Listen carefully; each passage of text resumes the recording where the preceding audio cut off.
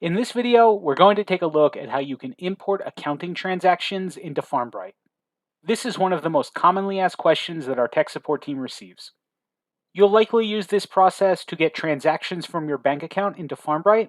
You'll probably start by logging into your bank's website and exporting a spreadsheet of transactions. And then you can paste that data into a Farmbrite supplied template to make sure that your bank data aligns with your Farmbrite data. To start this process, you'll choose Accounting on the left-hand menu, and you'll be brought to the Transactions dashboard. You'll click on the Actions button, and then select Import Records. The best place to start is to download our CSV template.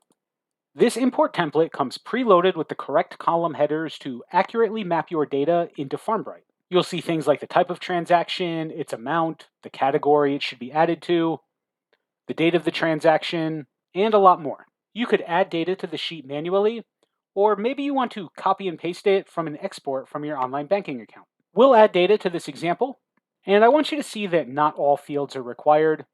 We've added the date of the transaction, the amount, whether it's income or expense, what category it should be allocated to, and then the vendor as well.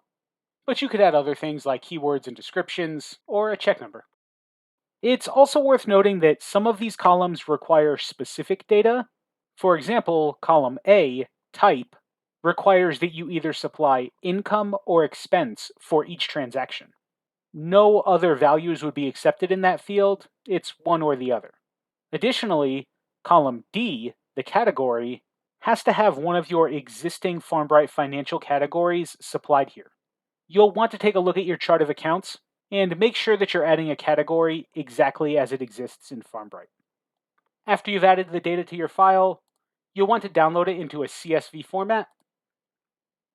Back in Farmbrite, we're going to choose to add new records and then select our file. And we'll choose Next to get to step 2. You'll see that because we use the import template, your file column headers are already mapped to the correct Farmbrite field. Type goes to type, amount to amount, category to category, date to date, and so on. We'll scroll down and then import our file. You'll see that 3 were imported successfully, and we'll see them added here. If you have any other questions about importing these transactions, reach out to us and let us know. We're always glad to help.